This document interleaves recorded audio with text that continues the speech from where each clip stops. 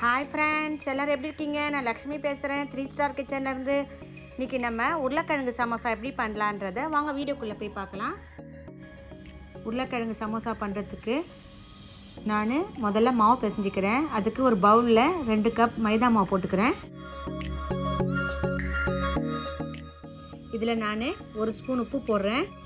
1 spoon ஓமம் எடுத்து கையில் இந்த மாதிரி நல்லா க்ரஷ் பண்ணி இதில் சேர்த்துக்கிறேன். இப்போ இது மூணுத்தையும் நல்லா மிக்ஸ் பண்ணிக்கிறேன்.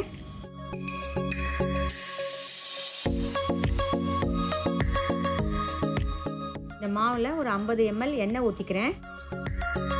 எண்ணெயை ஊற்றிட்டு ஒரு வாட்டி நல்லா இதை கலந்து கொடுத்துட்றேன்.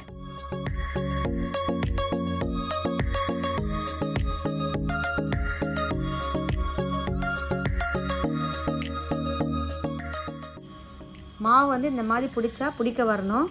அப்போ தான் மாவு கரெக்டான பதத்தில் இருக்குன்னு தெரியும். இப்போ நான் இதில் கொஞ்சம் கொஞ்சமாக தண்ணி ஊற்றி மாவு பிசைஞ்சிக்கிறேன். மாவு கட்டியாகவும் இல்லாமல் தண்ணியாகவும் இல்லாமல் சப்பாத்தி மாவு பதத்துக்கு பிசைஞ்சிக்கிறேன்.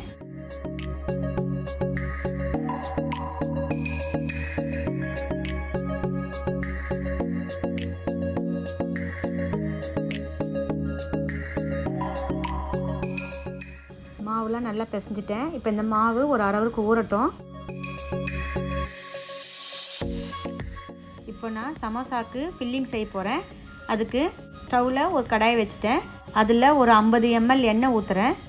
இந்த எண்ணெய் கொஞ்சம் சூடாகட்டும். இப்போ நான் இதில் ஒரு ஸ்பூன் சீரகம் போடுறேன்.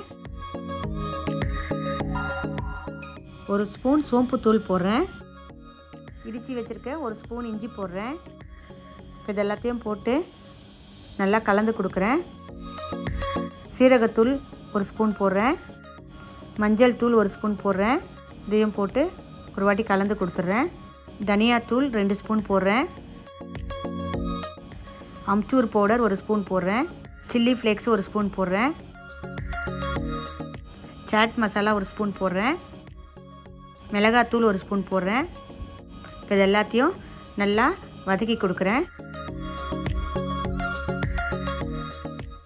நான் இப்போ இதில் 1 கப் பச்சை பட்டாணி சேர்த்துக்கிறேன். நான் 300 கிராம் உருளைக்கிழங்கை வேக வச்சு எடுத்திருக்கேன். இப்போ நான் இந்த மசாலாவில் இதை சேர்த்துக்கிறேன். இந்த உருளைக்கிழங்கை சேர்க்க சொல்ல கையில் இந்த மாதிரி கொஞ்சம் மேஷ் பண்ணி அப்படியே சேர்த்துக்குங்க.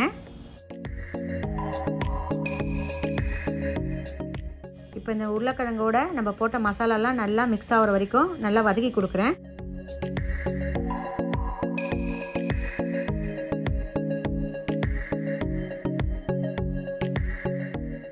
இப்போ நான் இதில் 1 ஸ்பூன் உப்பு சேர்க்குறேன். உப்பு சேர்த்துட்டு நல்லா கலந்து கொடுக்குறேன். இந்த மசாலா ஒரு 2 நிமிஷத்துக்கு நல்லா வதங்கட்டும்.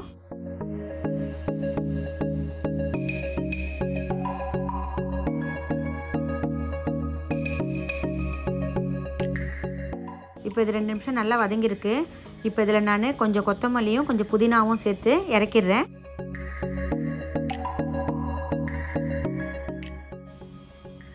இந்த மசாலா ஒரு 5 நிமிஷம் ஆறட்டும்.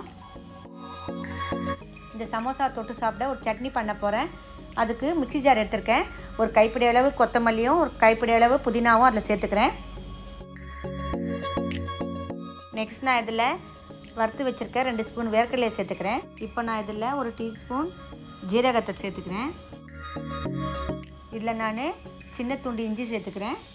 நெக்ஸ்ட் நான் இதில் நறுக்கி வச்சுருக்க 2 பச்சை மிளகாய் சேர்த்துக்கிறேன்.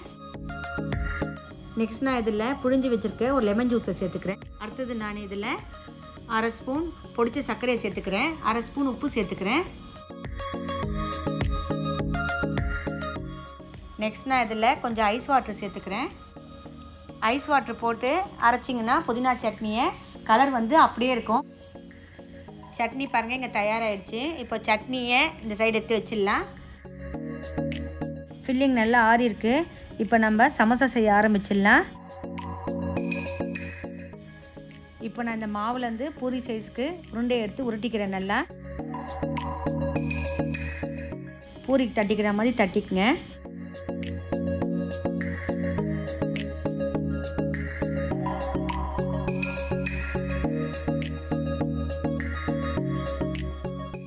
இதை இப்போது 2ஆக கட் பண்ணிவிட்டு கோன் மாதிரி மடிச்சுக்கணும்.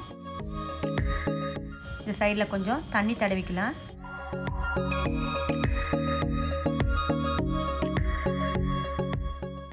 கோன் மாதிரி மடிச்சுக்கிட்டேன். இப்போ இதில் ஃபில்லிங் வச்சுக்கலாம். ஃபில்லிங் வைக்க சொல்ல நிறையாவும் வைக்காதீங்க. இது சைட்லேயும் இன்னும் கொஞ்சம் தண்ணி தடவிட்டு இதை நல்லா அழுத்தி மூடிடலாம். சமோசா இங்கே ரெடி பண்ணிட்டேன். இதே மாதிரி எல்லா சமோசாவும் நான் பண்ணிக்கிறேன். இப்போ நான் இங்கே ஒரு கடாய் வச்சுருக்கேன். அதில் பொரிக்கிறதுக்கு தேவையான அளவு எண்ணெய் ஊற்றிக்கிறேன். இந்த எண்ணெய் வந்து ரொம்ப சூடாகக்கூடாது, கொஞ்சம் மிதமான சூடில் தான் இருக்கணும்.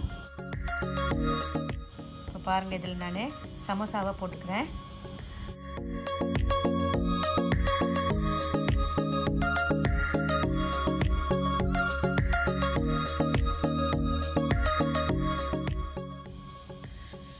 இது நல்லா பொறுமையாக வேகட்டும். இப்போ இது ஒரு சைடு வெந்திருக்கு, இன்னொரு சைடு நான் இதை திருப்பி கொடுத்துட்றேன்.